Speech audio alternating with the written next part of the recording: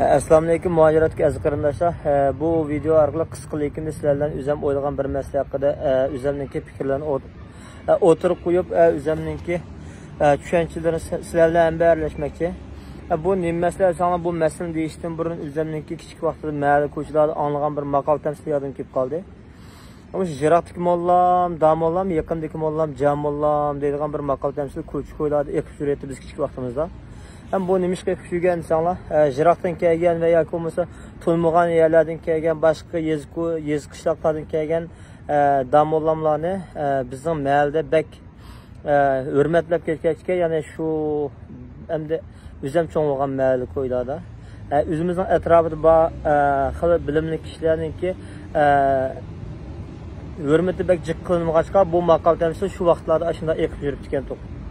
Hem bugün bir ishq şahit bulup ya bir şu Uygur cemiyetinde bir ishq şahit bulup o'zimningki hakikaten içim açık bulup bunu men endi bunda deb bu yerda kun tartibga eklab yoki bo'lmasa o'zimning fikrini deyishga salohiyatim to'shmasmi?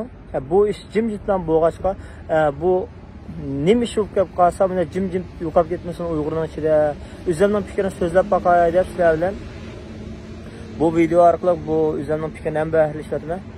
Ama şu Gollandiyanınki Amsterdam şehrida o'tirgan Abdurim G'ani akamizningki dadisi, hammamizningki xabarda bo'lgandek, şu Jallat Shi Jinpingni Abdurim G'ani akamiz boshliq lager shohidlari xalqaro sudga tortib, tutish buyrug'i chiqargan chog'da Abdurim G'ani akamizmi guvohlik bergan tanlanib ekan. Shu vaqt guvohlik berishdan bir qancha kun burun bu akamizga Xitoy jallatlari dadisini video qilib avatib guvohlik berma degandek shaklda tahdid qilib ekan to'q. U akamiz o qilgan tahdidni ash videoni saqlab olib, ashada Jallat Shi Jinpingga qarshi guvohlikni berib, ash videoni guvohlik sifatida ko'rsatgan. Bu mushu Uyg'ur Tomurda Uyg'ur qani bor, mush Uyg'ur masalasiga Sharq Turkiston masalasiga qiziqayotgan hammamiz bildigan bir masala va bildigan bir video edi. Hala bugün gün kende 2 gün burun Abdurim G'ani akamiz o'zininki sayfisida dadasininki Xitoy jazo lagerida shahid qilinganligini so'zlab yezib bir maqol e'lon qildi, yozma e'lon qildi. Hamda bu shahid qilinganlik xabarini necha yuz ming kishi bor bir kanalda musulmonlarningki xabarini yozgan. Aşağıdamo xabar qilinibdi. Xabar qilingandan keyin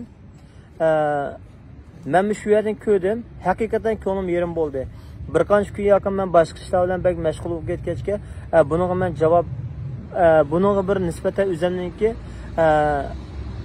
musibat nomiga qarta bu musibat qarta o'zimningki bir ta'ziya nomisini bir bildirmagan edim. Endi Abdurim G'ani akamizga telefon qilib bir paranglashim bo'lamadim. Chunki azroq muhim ishlarim chiqib kelib shuni qilamadim. Men bu 7-8 soat bir o'zimningki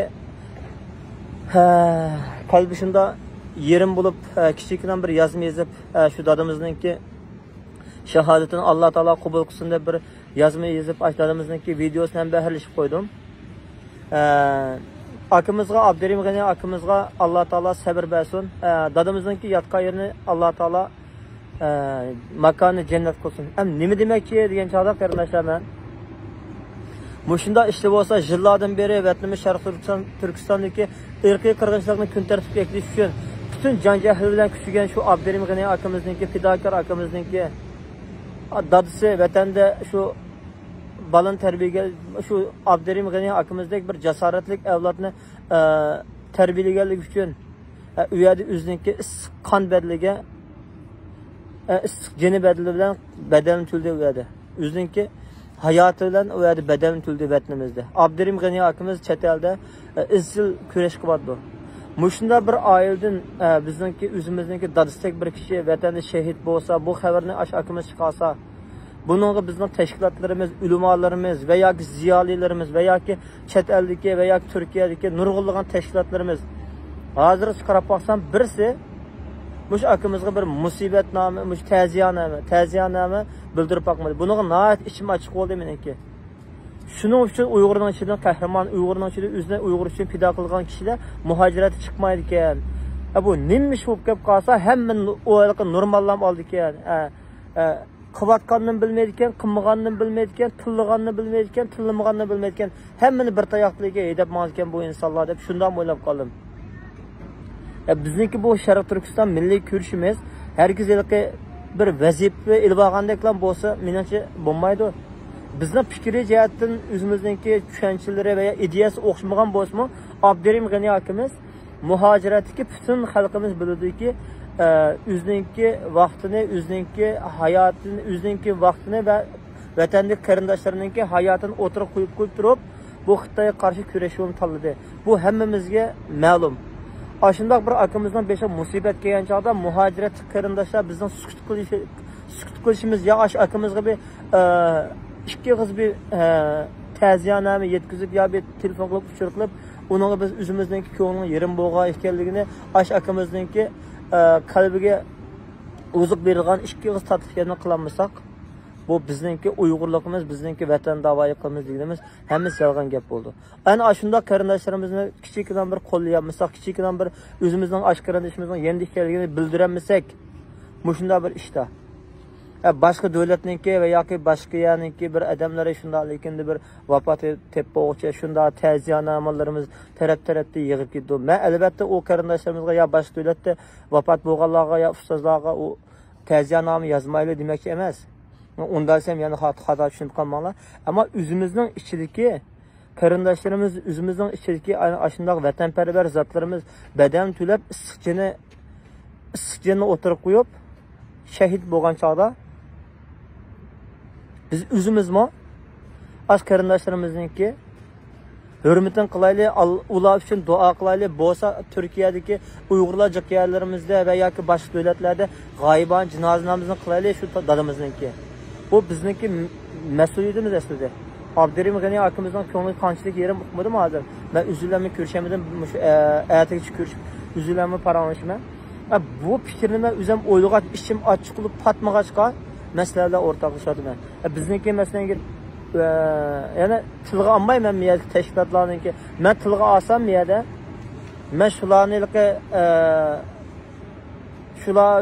shularninki ustida men fitna terish uchun degandek ashundaylarga video chiqargan bo'lib qolganman. Tilga olmay, men nurg'unlagan kishilarni hurmatlayman, nurg'un tashkilotlarni qo'ldan kelish ish qilyapti deb qarayman. Mushunda bir muhim qarindishimizniki beshiq musibat kelgan ekan. Bunda sukut qilolmayli. Men shu videoni hambarlab qo'ysam, bir mingdek odam ko'ribdi. Ammo ifoda bildirgan yoki bo'lmasa shu qarindishim, shu dadamiz uchun duo qilgan qarindishimiz ya 10 necha ya 20 necha deyli. Bunda sukut qilolmayli qarindoshlar. Uyg'urning ichidan bunda qilsa qahramon chiqmaydi va vatan millat uchun jinni o'tirib qo'yib turib xizmat qilgan odam chiqmaydi. O'zimniki ishim ochiq bo'lgach bu fikrni sizlardan o'rtoqlashaydim. Men 3 minutlik video qilamasam, ya'ni 7-8 minut ketdi. Sizlarning vaqtingizni deb qo'ydim. To'g'ri tushuninglar. Alloh qomonat. Assalomu alaykum.